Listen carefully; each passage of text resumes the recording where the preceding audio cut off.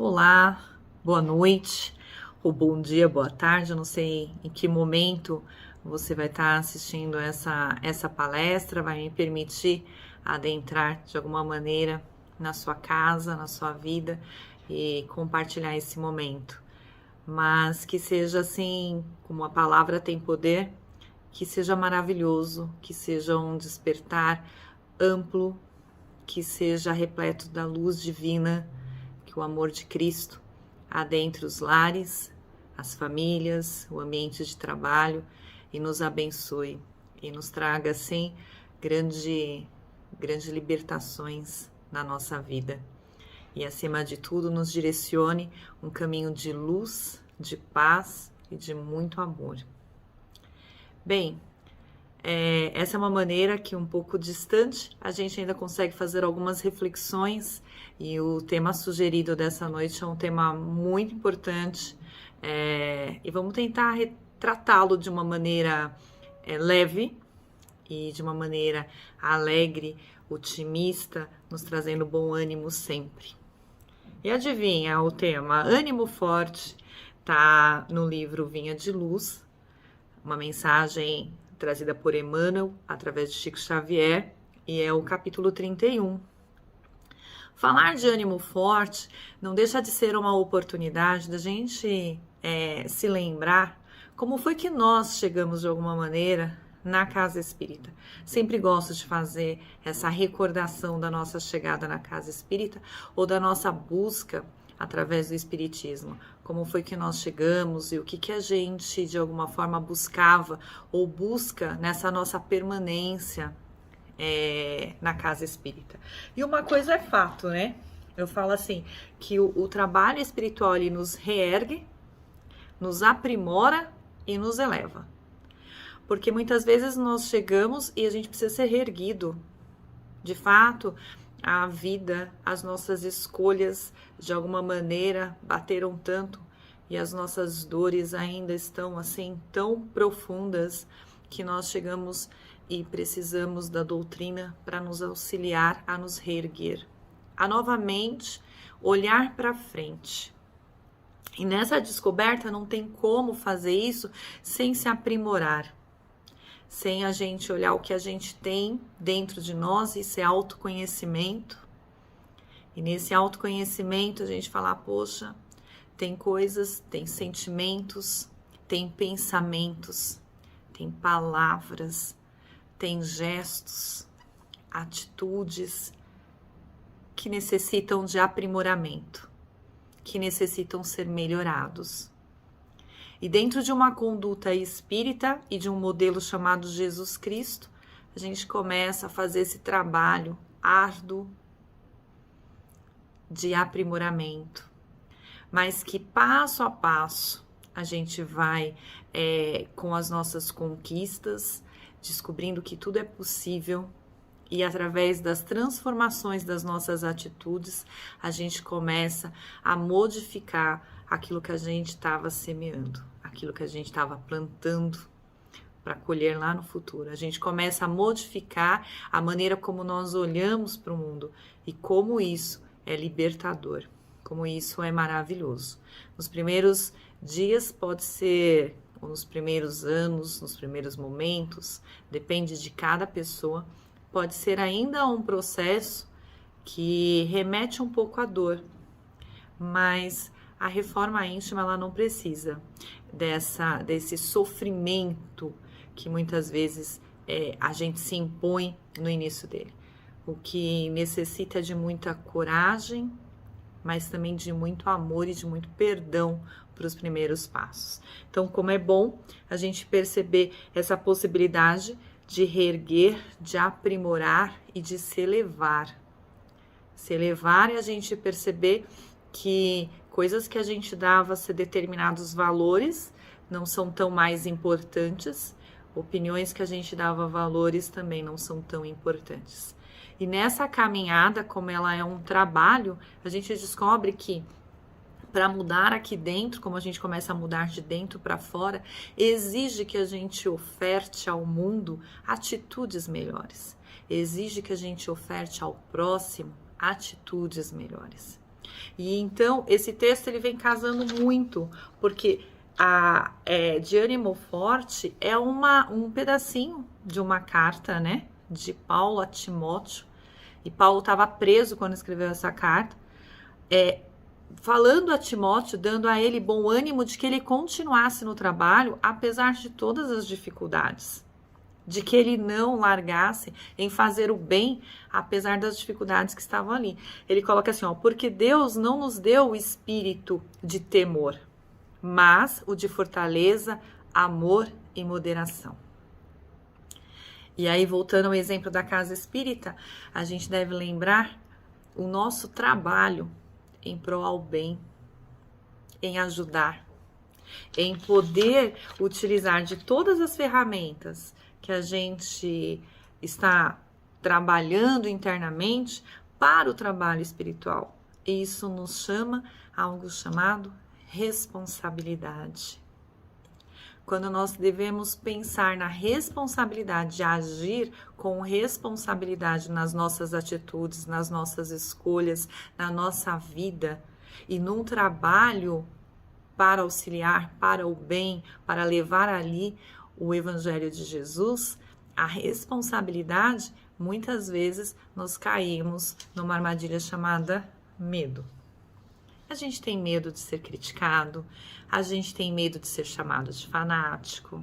Eu brinco às vezes que hoje as coisas são bem mais esclarecidas, mas há alguns anos, talvez décadas atrás, tinha pessoas que não diziam que era espírita, tinha medo do julgamento, do que as pessoas iriam falar sobre espírita, que iriam confundir as coisas.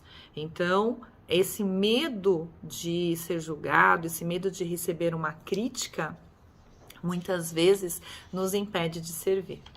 E não adianta a gente pensar que isso está muito longe. Eu vou dar um exemplo muito simples, mas que todo mundo, inclusive eu já passei por isso, e tenho certeza que vocês aí vão estar de alguma maneira se reconhecendo.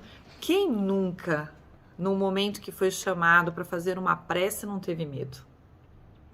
Quando a pessoa fala assim, hoje, né, a nossa amiga vai escolher quem vai fazer uma prece aqui inicial. Quantas pessoas não deram aquela grudadinha na cadeira, como quem diz assim, tomara que não seja eu, tomara que não seja eu. Não falou, mas pensou. Por que a gente tem esse medo? Era apenas uma prece. E a gente aprende que a prece é algo que vem do nosso coração. A gente diga o que está no nosso coração. Mas quantas vezes a gente já não teve medo de servir até dessa forma, em abrir a boca e fazer uma prece? Nós tivemos medo porque nós achávamos que nós não estávamos preparados, porque nós achávamos que ali naquele espaço, de repente, tinham pessoas mais competentes do que nós para fazer uma prece. E é um engano. Quando nós somos esses convidados a fazer uma prece, quando nós somos convidados a fazer um determinado trabalho, isso eu ouvi, né, dos meus instrutores, dos meus professores, né, tenho a maneira carinhosa de dizer, de quem me conduziu na doutrina espírita, que teve a condição de pegar na minha mão e me ensinar. Uma das coisas que me foi dita é assim: o trabalho chega até nós quando nós estamos preparados para o trabalho. Então, que a gente não desperdice a oportunidade, porque é no trabalho que, de fato, a gente vai conseguir fazer grandes mudanças. Não é porque nós estamos prontos, mas é exatamente por ter a consciência de não estarmos prontos, não estarmos na perfeição, que a gente se dedica e a gente é mais atento a cada coisa que a gente está fazendo. Quando a gente está muito confiante, quando a gente está muito certo de si, muitas vezes nós colocamos o trabalho por perder, porque achamos que somos, então, os donos da verdade. E isso vale para tudo. Então, que a gente não perca essa possibilidade de servir, porque Deus precisa de nós.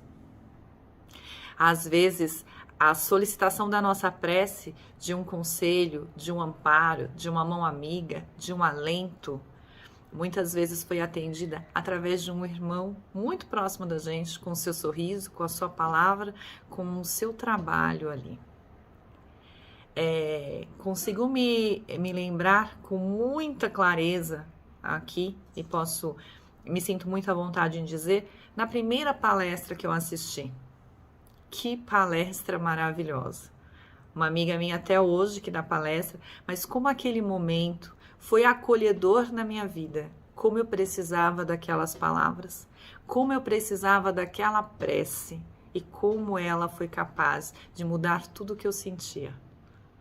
Foi naquele momento que eu fui acolhida de uma maneira muito especial, muito maravilhosa. Então, o que seria de mim naquele dia se aquela palestrante, se aquelas pessoas que estavam na cabine, se aquelas pessoas que estavam ali para fazer a prece não estivessem ali para me receber? Porque nós não somos perfeitos, mas cada um estava dando ali o melhor que tinha em si, trabalhando não por si, mas trabalhando para o mestre. Então não era um trabalho da palestrante, um trabalho do passista. Era um trabalho que eles estavam fazendo para Jesus. E nesse trabalho para Jesus era um trabalho para todos os pequeninos dele. E eu estava ali e muitas outras pessoas também estavam. Quando a gente pensa dessa forma, a gente está disposto a servir. A gente está disposto a passar por cima das críticas, a passar por cima dos medos, a passar por cima, às vezes até, de mágoas que nós carregamos. Quantas vezes uma pessoa não fala, olha, você poderia fazer um trabalho um pouco melhor, te dar uma dica, mas a gente ainda, no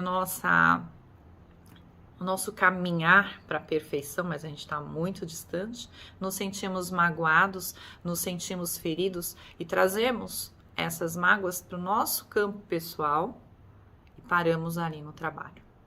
E paramos ali de servir.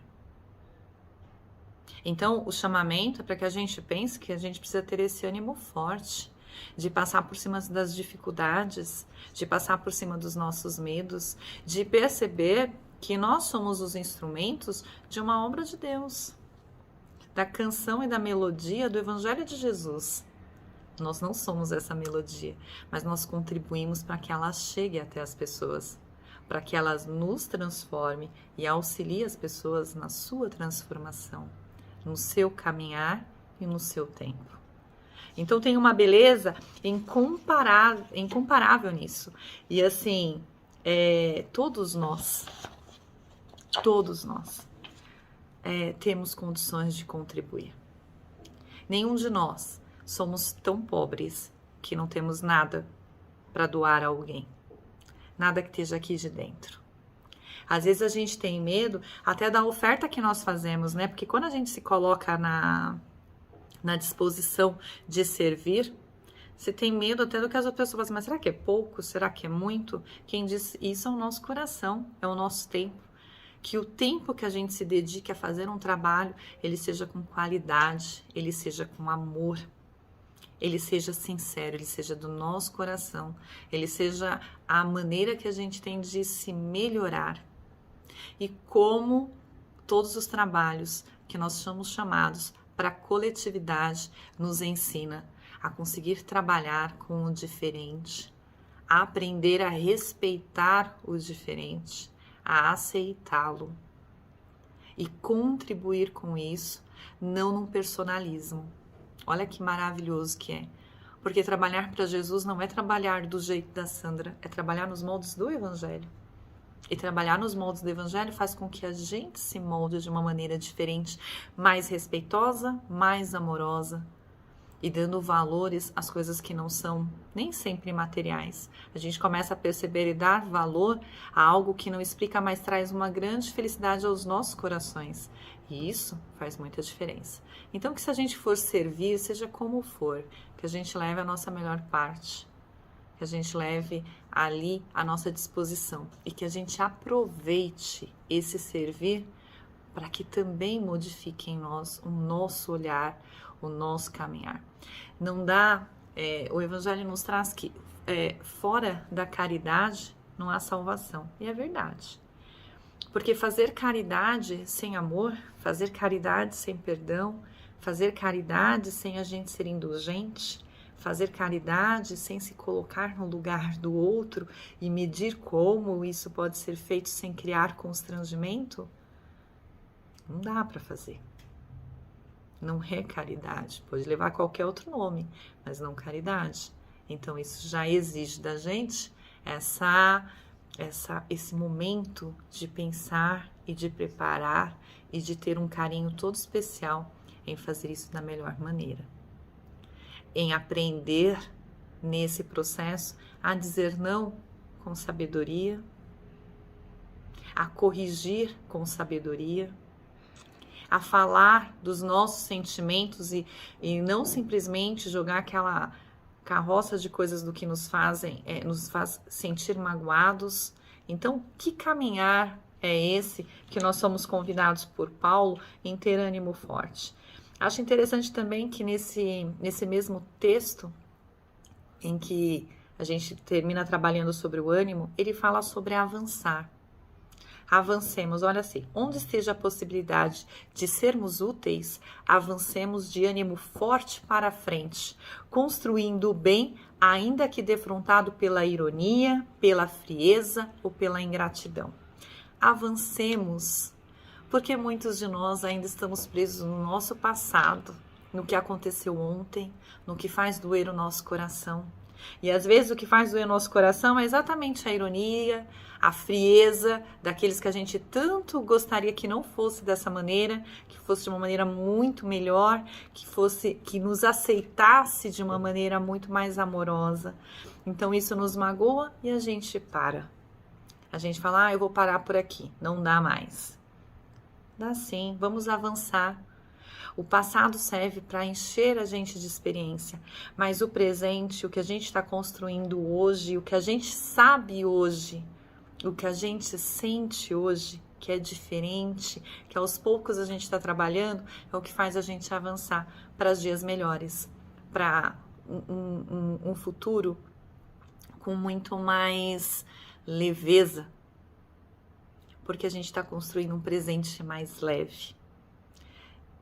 Relevando, convivendo, olhando no olho, falando o que a gente sente, percebendo que às vezes nós não somos as pessoas mais certas, mas nós estamos num caminhar e é por isso que a gente está do lado de pessoas que também erram com a gente, porque a gente também erra com elas. Então ter essa boa consciência e perceber que, olha, se Deus não nos deu o espírito de temor, de ficar preso aos nossos medos, mas o de fortaleza, amor e moderação. Isso quer dizer de fortaleza, de amor e de equilíbrio. Que a gente possa equilibrar o que a gente sente, que a gente possa amar mais e que a gente possa ser mais forte, mais disciplinado nas nossas escolhas quando elas forem para o bem.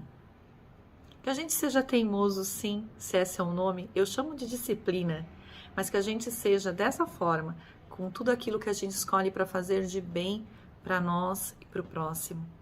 Que se a gente tiver que levar uma palavra, que ela seja de esperança, que a gente perceba que as nossas palavras têm condições de levantar as pessoas, têm condições de fazer com que as pessoas se sintam melhores. Então que a gente leve essa cura, que a gente seja o precursor disso, com muita dedicação. E uma passagem muito rápida, né? Tava aqui me lembrando do livro de Paulo e Estevão, que tem uma passagem que Marcos parece que quer deixar o grupo, porque não concorda muito. Paulo trabalhava e viajava muito, então Marcos fica um pouco querendo sair do grupo. Ele é o sobrinho de Bernabé, se eu não estiver enganada, de Barnabé, ele é o sobrinho de Barnabé, e aí ele fala que ele quer sair do grupo, e o Paulo chama a atenção dele, que fala assim, tudo bem, né, ele fala que ele quer continuar servindo o Cristo, mas ele não quer ficar naquele trabalho ali, ele quer para um outro trabalho, ele fala, não, tudo bem, só não caia no descanso. Ele fala isso de uma maneira assim, eu tô fazendo um belo de um resumo, mas ele chama a atenção dizendo assim, ele dá alguns exemplos, né, dá um exemplo de Salomão, dá o exemplo de Davi, ele dá o próprio exemplo de Judas, dizendo assim, olha, estavam todos no caminho certo, num leve desviar em que deixou de trabalhar, né, em que parou para um descanso, acreditou que já estava pronto, se desviaram e fizeram escolhas que não foram felizes, né, se perderam em algum caminho. Isso é para nos lembrar que enquanto a gente está trabalhando, enquanto a gente está servindo, a gente está tendo a oportunidade de estar se cuidando, de estar policiando os nossos pensamentos e atitudes. Por isso eu sou infinitamente grata a cada oportunidade de palestra, porque é o convite ao trabalho que me permite voltar, estudar, pensar, sentir e buscar agir de uma maneira cristã. E dessa maneira, continuar meu processo de me melhorar a cada dia e de compartilhar aquilo que eu já sei ou aquilo que eu já penso e que não é o que está mais correto, mas é o que eu tenho neste momento para dividir. Então, gratidão enorme por cada convite, por cada palestra, porque é assim que a gente termina aprendendo um pouco. Nos força a estudar, nos força a pensar e a vibrar dias melhores. Ânimo, ânimo forte. Um beijo no coração de todos vocês, saudade, que a nossa semana seja abençoada pelo Cristo e que Ele se faça presente na nossa vida, na nossa casa e transforme cada um de nós e que a gente permita isso. Fiquem com Deus.